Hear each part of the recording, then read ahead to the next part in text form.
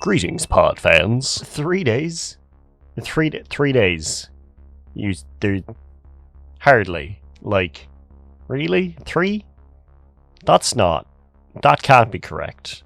I don't believe you or myself. So today I want to talk about a video game expansion that came out in October, but I only ended up playing recently. It's the second DLC for Pokemon Sword and Shield, Pokemon The Crown Tundra. Which, yes, it did come out in October, but...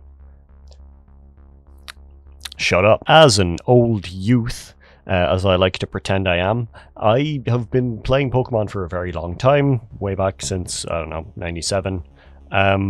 So yeah, I want to talk about this and how it differs from other Pokemon that I've played. So the Crown Tundra is 100% just about legendary Pokemon. Yeah, there's no real trainer battles in this entire DLC. Like, it's one of the strangest things about the whole experience. You don't fight another trainer for the entire DLC, like at all. And it just kind of centers around you seeking out and catching different legendary Pokemon. I enjoyed the experience. Namely, there's a quest line where you can get this king with a massive head who sits on a horse, and you get to decide what horse it is. There's a ghost one and a ice one. Yeah, his name is Calyrex. He possesses a man a number of times. Very fun. So you just go through the process of fighting him being like, oh, you're strong, you will help me, human child. Then you help him get his horse back. Then you have to make reins so that they can be best buddies.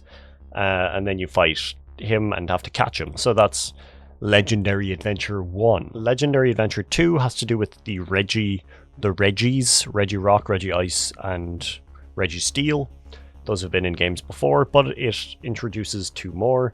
Regielektric, something like that, and Regidrago. You get to decide which one of those you get to pick. You don't get both. I picked the dragon one because he looks kind of cool, and that just kind of involves going to different temples, having done a certain thing, and then you get to go in and catch a Pokemon. And the final one that I found the coolest, they redesigned the legendary birds from Gen 1. So you've got Articuno, Zapdos, and Moltres all redesigned. Articuno is a psychic flying type, Zapdos is a fighting flying type, and Moltres is a dark flying type. They did complete redesigns for all of them. They still look similar to the original versions of them, but it's very, very cool. And surprisingly, Moltres is not my favorite of the originals. Moltres 100%, but Zapdos just looks so cool in this. God damn. But for this, what you do is you go to a certain area, they're there and they're fighting, and then they run away off to different parts of the planet. You just go to them, do a normal Pokemon battle, and catch them. So the thing that I've found not so fun about this is there isn't a whole lot of difficulty getting to these legendary Pokemon, and there's a lot of hand-holding, because you have to catch the Pokemon to progress with like the story stuff and talking to Expedition Man. And if you accidentally knock out the Pokemon, you just have to go back and fight it again. So it turned into a lot of just me trying to outlast it while throwing Ultra Balls and yelling profanities because it wouldn't stay in the goddamn Ultra Ball, which was totally fine for the first couple. The order that I did it was Calyrex, the king, then the 3 birds, and then the Reggies. By the time I got to the Reggies, I was just...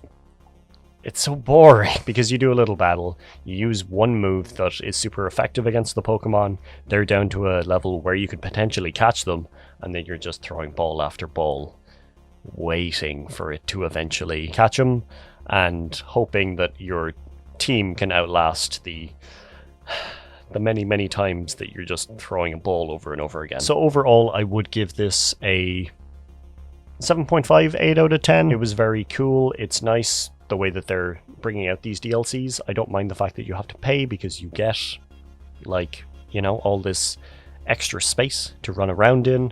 The redesigns of the Pokemon, really cool, and there's little bits of story and fun little things. It was a fun little experience, but yeah, when it's built around legendary stuff and it's turns into throw ball over and over again, and there isn't actually a challenge, because if you run out of Pokeballs, you have to run, or you accidentally kill it, sorry, make it faint, you just go back and you can do it all again, try again. Enjoyable experience, but like not challenging at all, just kind of a grind. I know no one cares about this, but yeah, something that I did recently, and I wanted to talk to you all about it and tell you my feelings. After that, I doubt anyone ever wants to hear a video game review from me ever again, but thank you for listening. But yeah, not many days left until April. Ooh, April. I'll talk to you at some stage, I guess. Probably on the 1st of April, when we start off Pod Vegeta and I start doing daily videos. But yeah, not until then, I'd say. Yeah. Alright. Slán.